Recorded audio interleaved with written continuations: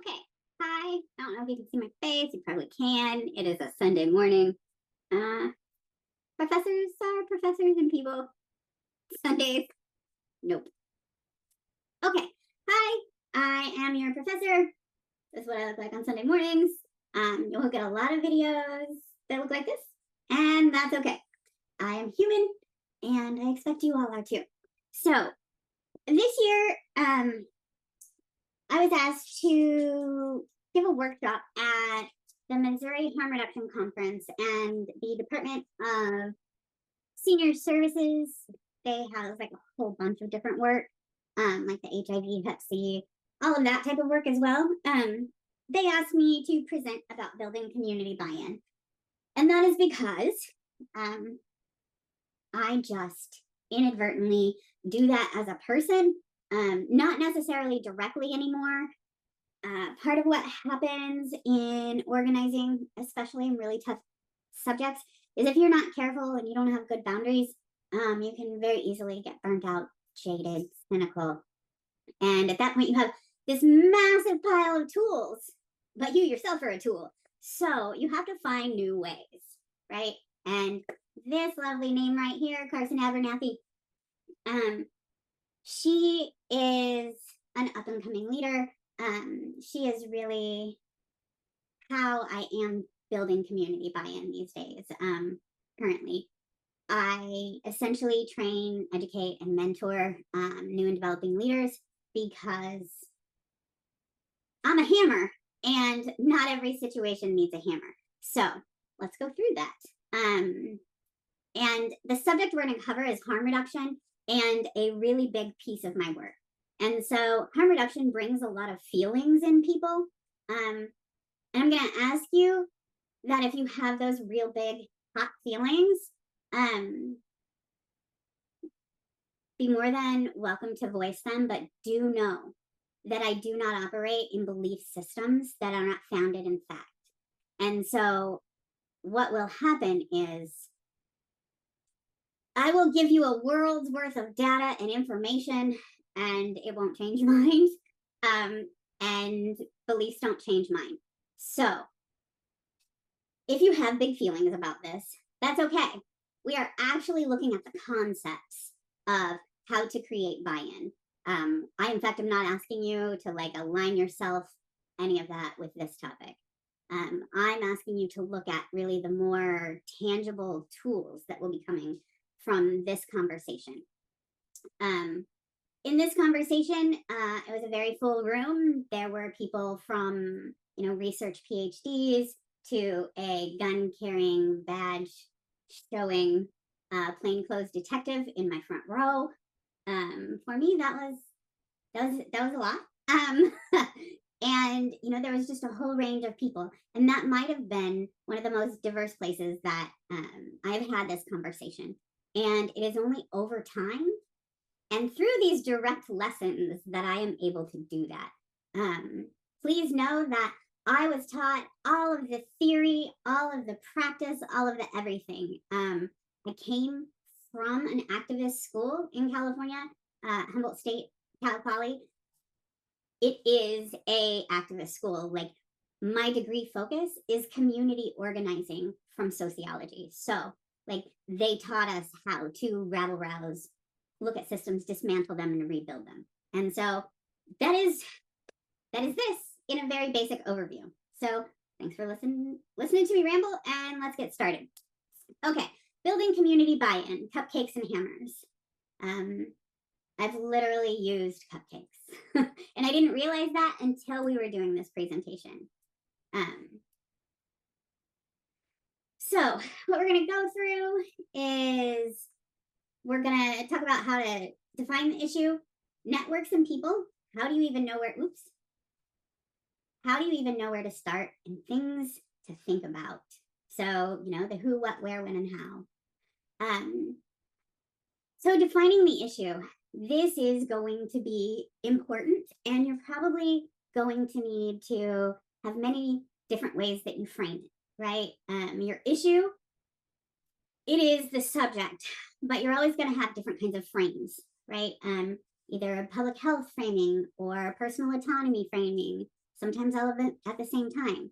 So you're going to want to know what the issue is and what is the issue and how do you want to communicate it. You need to be able to define the core issue, the things that create the issue, and why it's a concern. So let's say you're concerned about panhandling, right? I've been seeing in my couple of years here anti-panhandling signs and associated ordinances go up, right? So clearly the city of Poplar Bluff thinks that panhandling is an issue. However, what is the core issue of that?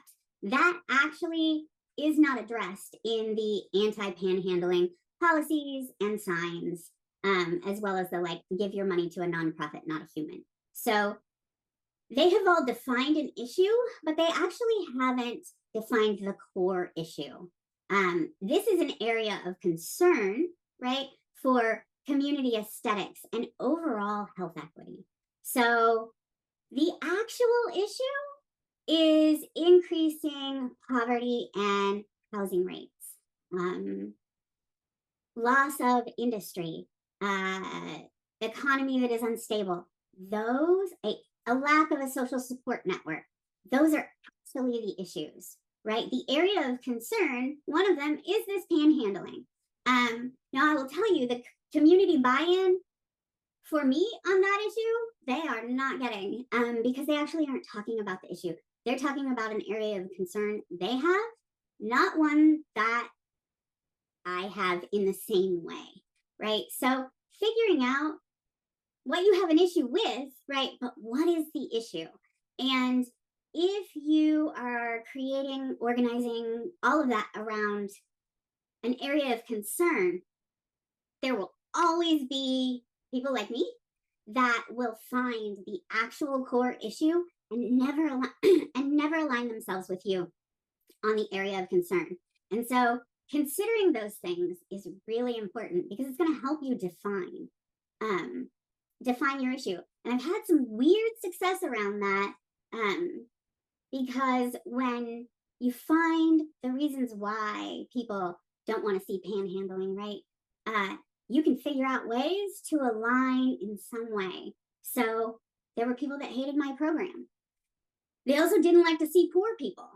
They previously had been advocating against housing, low-income housing. Well, when they realized through lots of conversations with me and other people like me, when they realized that the issue was housing and we were not stopping with that conversation, they shifted. They shifted from, they don't want to see poor people to put poor people in these houses.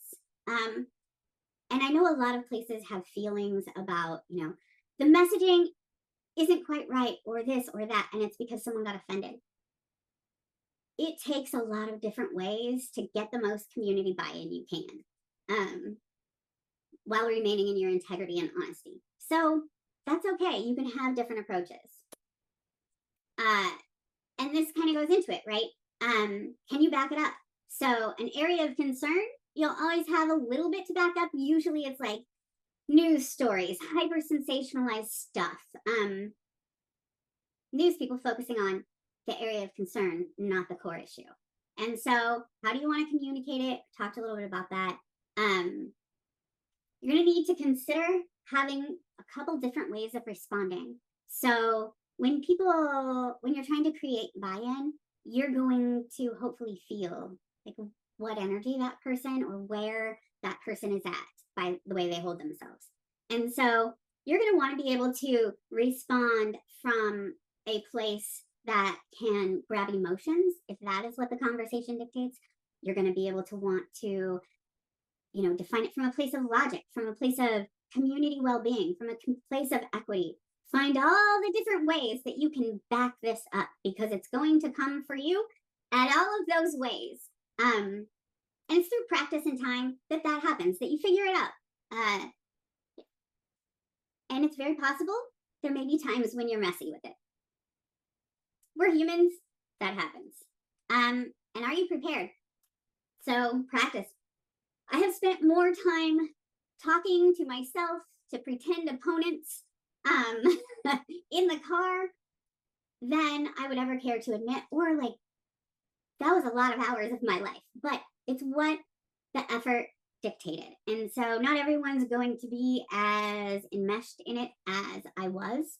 And that's probably healthy and it's probably good. But definitely practice, and practice from every different stance, perspective.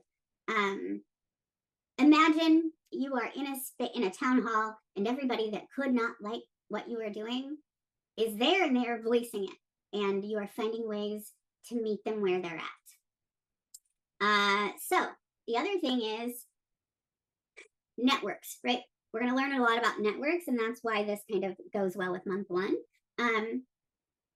The broader your range of partnerships and networks, the better idea of pushback as well as allies in alignment you're going to know about, be able to find, as well as bounce things off of people. We'll go later into some social media posts that ended up,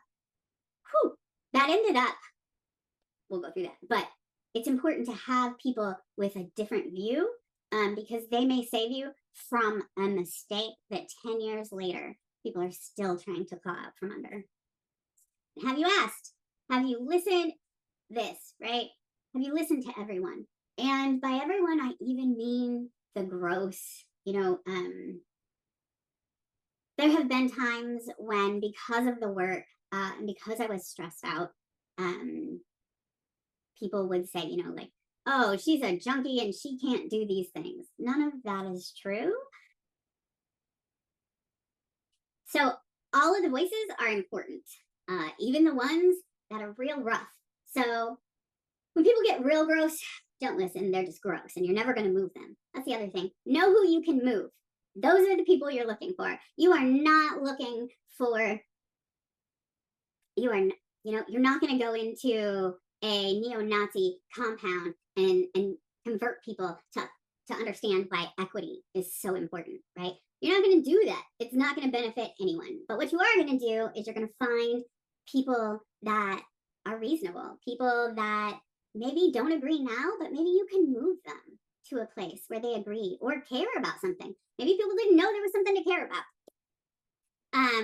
So this is why networks and people are so important, right? Networks are in your community, and they're bigger things, right? That house smaller things. Like your body is a network of parts and pieces, right? And so that's what you're going to want to think about, is what types of networks are in your community. These tend to be givens in any community, right? Government, community-based organizations, academic systems, and health systems. And so now you know what they are, and how do you engage them, right? This is why it's important to build relationships, because you can't be a part of networks if you have no relationships. You also can't be everywhere all the time. So that's why relationships, partnerships, and networks need to be cultivated. And I had to learn through very hard knocks. A lot of these folks don't have to be your BFFs. You all have a goal, both sides. So don't think that you're coming in the only one with an agenda. You're not. They do too. And that's okay, because that means you both are really going to try to get somewhere. And that's fabulous. They don't necessarily need to know all of your agenda. They don't need to. So think about how you engage each network. Do you have people that can engage each network? Are there people from each network that can just go engage their own network once they get a good, deep understanding or a reason why to care, right? This is really important. And this is why networks and a broad range of people are important as well. So you're going to want to, even if it's real informally, evaluate community for strength, opportunity, weakness, and threat, right? So where can there be cultivated or found strength in this organizing effort in your community? Is it, can you find strength and support in maybe the health networks? Because maybe it is a fluoride issue. And I'm not going to here or there, because there's a whole lot of things around that. But, so that you'd want to do. And then also, because it's dealing with children, you're probably going to want to also be sure you engage academia, because those places are already going to know sort of where some of those strengths, opportunities, weaknesses, and threats are. And they may also be able to help you figure out where some new allies and support might be. That's the opportunity. And weaknesses, maybe they're helping you find the place in your discussion, in your buy-in conversation, where you actually are weak and don't have some of the really important data or facts or that heart message, right? They can help your networks, your people, and those range of things. They can basically, you're workshopping every move, because it takes a whole lot of people to make sustaining systematic community change, and that's what we're doing here. Because these are real tangible skills that do change systems over time. I have personally witnessed a number of them changed, and I've had a hand in it. It's been pretty cool to watch. It was really hard. So people make up networks, right? Like all of the joints and tiny bones and all of that make up our hands. Our hands make up part of our arms, right? So people make up networks and systems and groups. So people are important. We talked a little bit about aligning. Be sure that you have people who are, I've had a few. They're hard, but they're important. And you need a diverse working partnership. So even if they aren't like main partners, it is important to be able to. So we, at my program in California, there were 2 men that were stalking me on a regular basis because they hated my program. And then one day they decided to patrol our street with homemade guns, and they had no permits. And so I needed to be able to call somebody. So I called the sheriff. I did not call the police, the city police. We were not aligned in any way. But the sheriff, who also oversaw the coroner's office, who saw all the dead people from overdose, right? The sheriff's office, I could call them. And they would show up, not in a cavalry, but respectfully. And so that is how, you may need to find partnership in some ways with people who are not really on your team, but you all have like community safety in mind. You may have a different idea of what that means, but that was community safety. And the sheriff and I both agreed, right, that 2 unhinged men that had no permits and that had made their own guns, that it was a safety issue that they were walking around by the library. So we agreed. That's how that went. And then you really want to balance. So nowadays, I am a hammer, and when it comes to like trying to create community buy-in directly,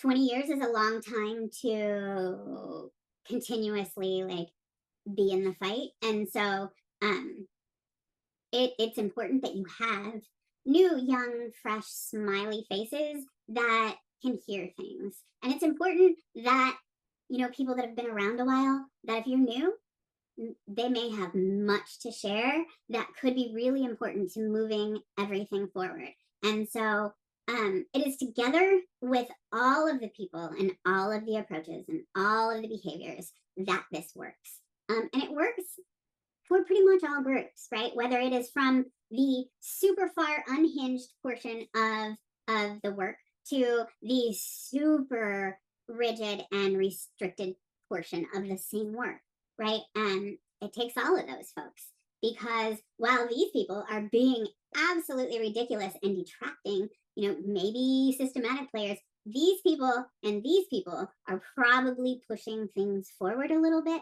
because systematically people are really concentrated on the chaos over here, which allows the center and people on the, leaning towards the other side, it allows them to move forward some. So when you see ridiculous parts of social movements or the like extreme parts, that is valuable. They are valuable parts of moving the work forward, because it's all one. And to think that there are parts of our bodies that may act a fool. We're like, dang, my mouth really did that, right? But it's still part of our body, and maybe it did something we had never been brave enough to do. So we need all the peoples, and all the ranges, and you need all the cupcakes and maybe just a couple of hammers. Too many hammers sink everything. All right. So now, right, you've got people, you're rambling about things, you have data, but what do you do? Honestly, you just start. But that is if you know things. And that means if you are actively participating in community, you know where to start because you probably are already working there. If you are from the outside trying to do something in a community, you need to tap into that community and follow their lead. That is what, are you actively participating in community? You'll know where to start. If you don't, then go find a way to start. Are you concerned about the increasing number of people experiencing food insecurity? Go volunteer at the food bank, right? Do things like that, and that is your starting place. And then you have a lot of obvious values and stigma of your community, right? And you think you know the larger community's perspective, right? So there is a lot of religious beliefs in this area, right? And when I think about religion, Jesus would say things, like the last will be first and first will be last, but that is not the actual way that presents in this community. It actually sort of presents the opposite way from the values in community. And so that's what I mean by, are you sure those are the values? Because if you value all human life, then does that equate to leaving people on the street hungry, right? So be sure that you are aware of all the nuances in your community's values and also the stigma there. And then talk to people, more talking to people, because that is the only way this happens. So talk to everyone, talk to government people, especially if you are doing something that's going to need policy shift, change, something. And more likely than not, if you are doing true community shifting work, you're going to need these people. You're going to need systematic players. You're going to need the sheriff. You're going to need the coroner. You're going to need church leaders. Here it's a little harder because, things like the coroner is voted on instead of earning the job through a specific, identified, and cultivated scientific-based skill set. Here they're voted on. So that also has to come into play, right? Because those can create very different perspectives. And I have directly been on the receiving end of the difference. And we'll go through that another day. But just talk to lots of people because, if you're concerned about all of the panhandling, maybe take a sandwich one day and just hang out with someone who's panhandling and talk to them. I know that sounds absurd to most people, but that's how you find out true, right? That otherwise you're playing a game of telephone with other people's lives. So talk to everyone, including the people the issue is the issue for. And then how do we get from all of this people talking and sort of ethereal ideas, right? Because not a lot of it feels tangible, but when you can step back at that point, and you always should try, you can actually begin to see how things start to take shape.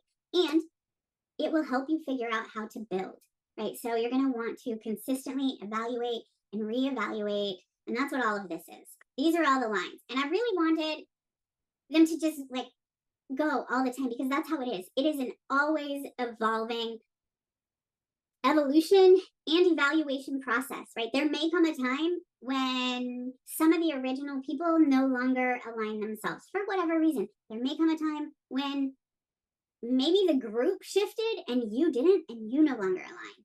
And that's okay. Maybe there are historical contexts that have just shown up, and now everything has to be reviewed again. And it changes your approach and what is obvious. And so all of these constantly are in evolution and process and evaluation. Yep. And then you're always going to want to adjust. You have to be malleable and flexible. in the approach, not necessarily your beliefs. And I haven't really ever been flexible on my beliefs. I am flexible on people and their beliefs. My beliefs, not so much. Other people's, it's not my business to change, unless it directly is, that got away from me, but beliefs. So you're going to want to adjust approaches, discussions, all of those things, and always be prepared for political changes. They change everything. So when that is happening, be aware and be prepared. And then how do you, like, you've got all these things, now how do you get more people to care, right? You start with cupcakes and generosity and niceties, because I can sit here and spew 30 years of public health research about why HIV prevention is critical to overall community health. No one's going to care because they think it doesn't affect them, right? So I literally, when I first started my organization in California, I literally would table with homemade cupcakes that I had made. Within 2 weeks, I had fundamentalist Christians with huge signs protesting in front of me. It's amazing. And I offered them cupcakes too. But what that did was they actually brought more attention. And then I had lovely cupcakes, and that made people stop and talk. So always start with cupcakes. And sometimes you've got to use a hammer. And luckily, I have always had the ability to be a hammer. But you have to be careful with it because it can destroy paths. It can destroy relationships. So know that if you are at a point where force, or like not like physical force, but like protest, demands, attorneys, when you are at that spot, know that that is going to cause action and reaction. Evaluate, make sure that you're going to get the outcome. Because if that is the goal and that is where you're going to get, and the only thing left is a hammer, make sure you have a way to clean up that mess. And be sure you know it's coming. There have been probably 3 times now. I knew one of them was coming. I didn't care. There have been a couple of times where I knew I was making a mess, but there was nothing I could do about it. It just, and some of them I'm still cleaning up. So be very careful with your hammers and be very ready to repair things. So make sure that your goal and the outcome is going to happen, and make sure that you can get there. And sometimes, like I said, you may need a little bit of both.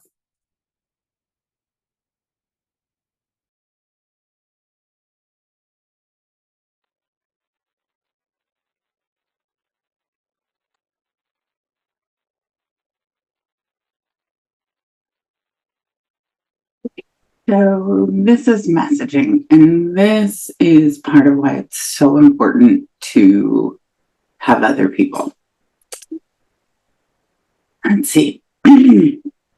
So it's really important to get all the opinions you can. And like I said before, people don't necessarily care about your data if they don't care about the people, the cause, the issue, the things.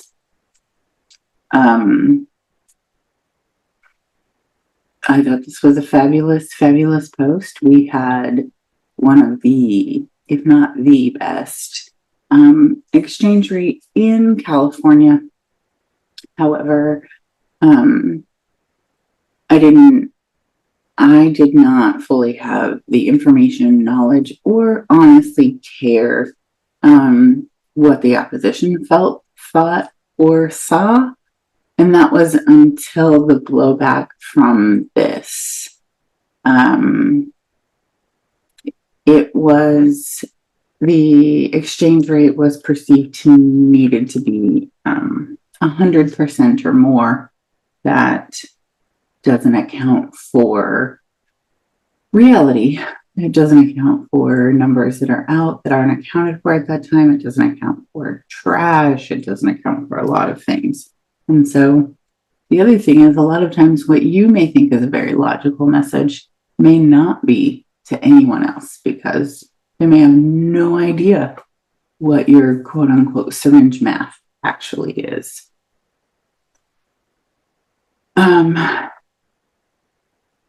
I thought the biggest thing would be she's clearly high. She has a joint in her mouth. Things like that. That was not the issue. That was not the issue at all. It was the numbers. All right, here's another one. This one, right? Naloxone is basically Lazarus. If someone is dying from an overdose, you can give them naloxone. They will not likely die. And considering, for the last 10 years, we've had increasing rates every year. Last year was over 100,000 people died. So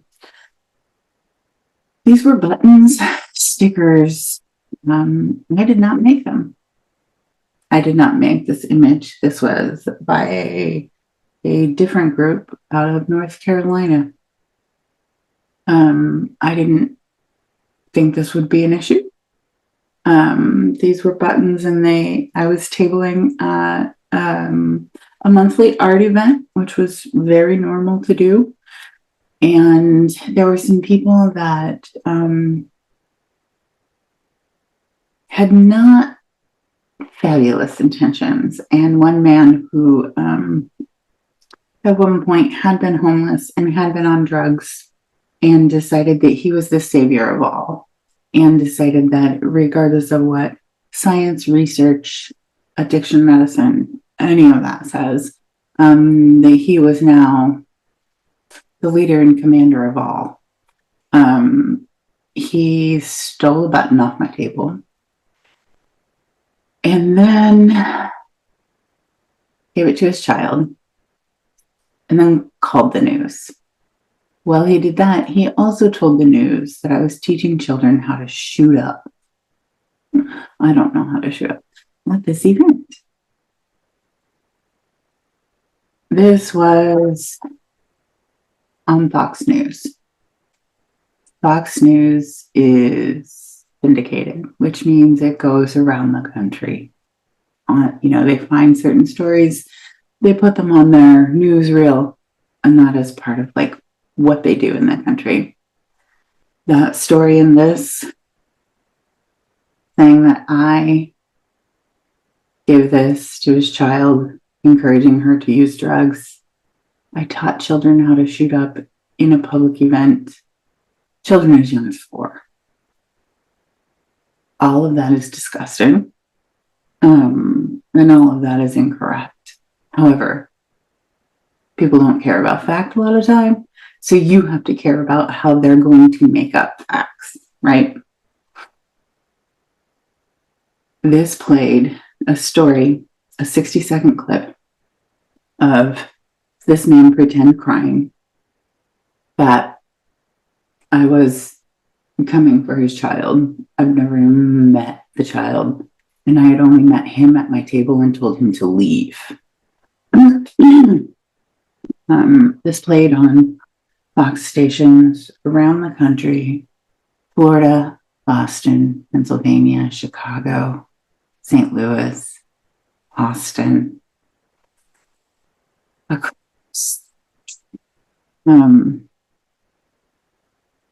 And in response, remember, there's always a response, right? So always think about that. In response to this and the other one,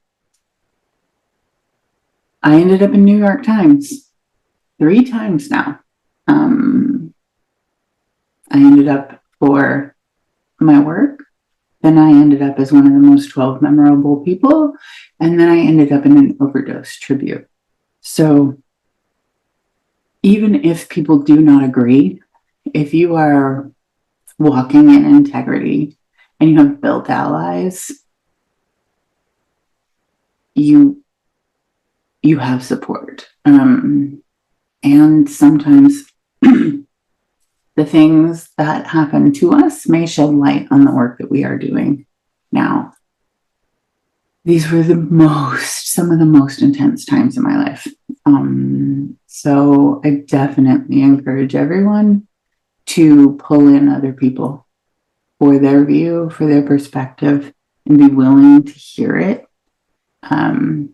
A lot of times we take theory and we think that it is true, and applies fully, right? That's what I did. I was told that harm reduction needs to act, look, and be a certain way, and anything else is not. There is no absolutism in the world that I live. There is no absolutism in activism. Absolutism it's a bad thing when you are trying to build community buy-in and change community. You have to be flexible. You have to be willing to hear. You have to be willing to hear about you and your work. It's a very big growth exercise for both you and community. So these are my tangible lessons. I have many, many more, but these are two visuals. One was a little more clear. This one, I never would have guessed it. The other one, I was a little, but when I did this presentation in St. Louis in August, people immediately caught the thing in that previous picture and this one. The hearts coming out of the syringe are the problem. Not that naloxone shows people that they are loved and cared because they're still alive, not that, but that there's hearts coming out of it. So all of that, our best intentions, right? The road to hell is paved with best or good intentions or whatever that is. If those are things you believe, be careful not to pave your own way to hell. All right. Now things you need to consider, right? It's sort of all the stuff we talked about and looked at and thought about. You know, when you're doing this work, there's a whole bunch of needs. There's yours, there's the people you're supporting, there's the middle of the roaders, and there's the people that you don't support. But all of us, every one of those spaces has needs. Now, whose are more, right? I know the syringe conversation, so let's go back to that, right? So whose needs are more?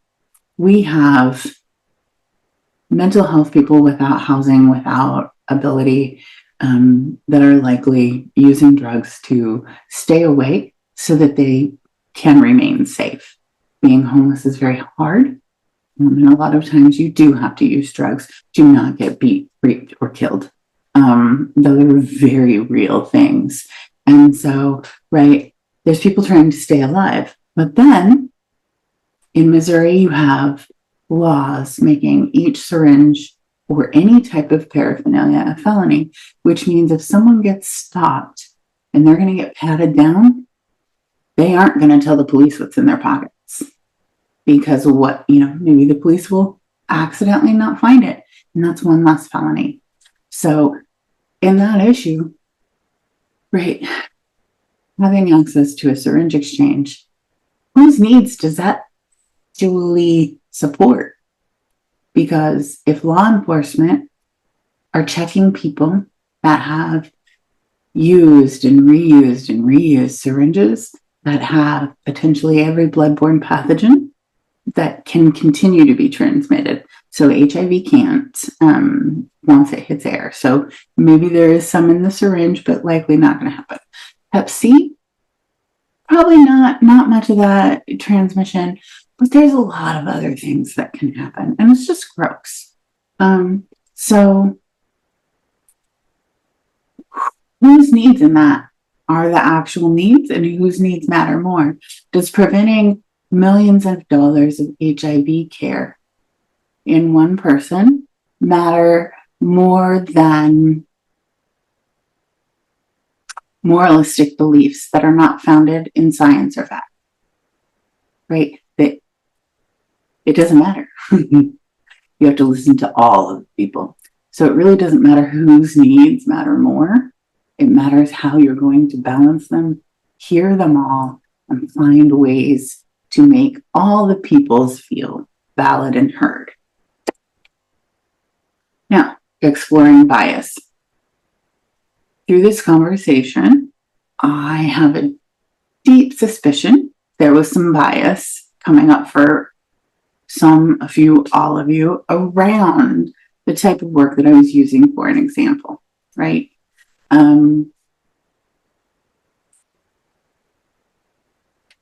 So, you know, let's say that you believe in overdose prevention, right? But you don't believe that people need access to clean supplies for HIV prevention. Think about that, right? Explore those biases. Why would it be okay for someone to live after they have overdosed, but why would it not be okay for them to use things that provide them ability to not contract HIV? Right? They're both life-saving. One is immediate, one is long-term.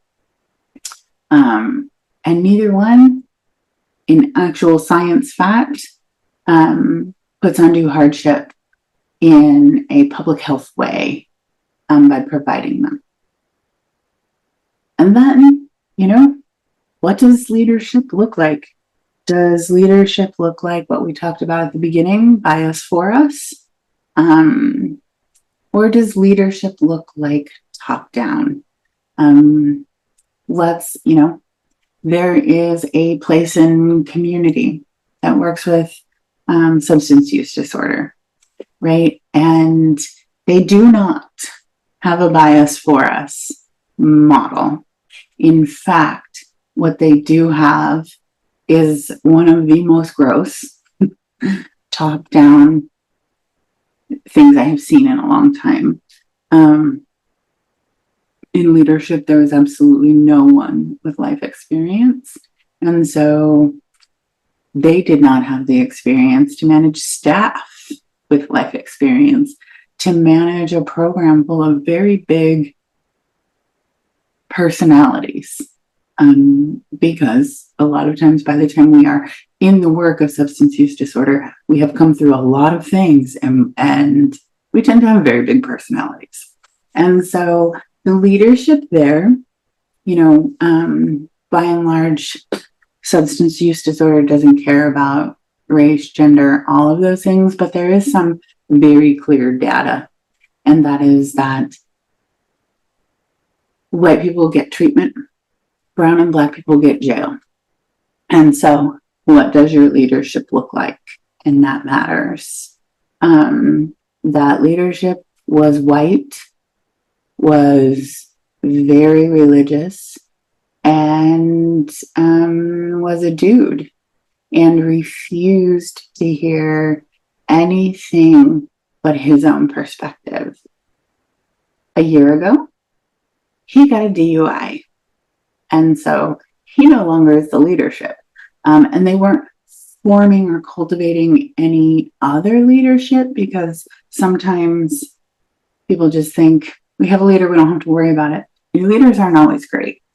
So always be cultivating new and developing leadership, not because you're looking for someone to take the place, but because there's so much work and so much place in community for leaders that even if the one that you are supporting, the new and developing leader, even if they aren't going to be in the work that you're in, they're going to be somewhere, and they likely need all the support that they can get. Even if they don't take all of it, it's still there. And sooner or later, maybe they'll use it. Maybe it's a good suggestion, maybe it's not. All right. We can discuss this at our call if you like, but this was really to like give you an overview of how to create community buy-in. And I used one of the most contentious social justice issues and movements in this country currently. I would say this, abortion,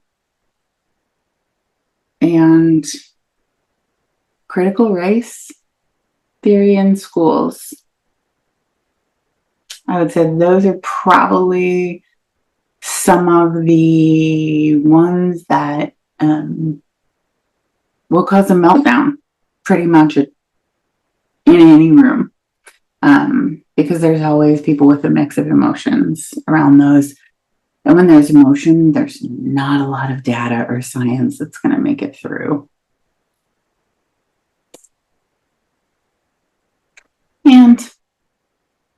if you care about this subject at all, this actually, there's a whole bunch of resources. Many of these I helped write on a national level, but if you care about harm reduction, there's some things. If not, that's okay. It's the topic wasn't the subject matter wasn't the issue. It was the process and the skills needed to do those things. All right. Well, good morning, hello, and thank you. Welcome to month one.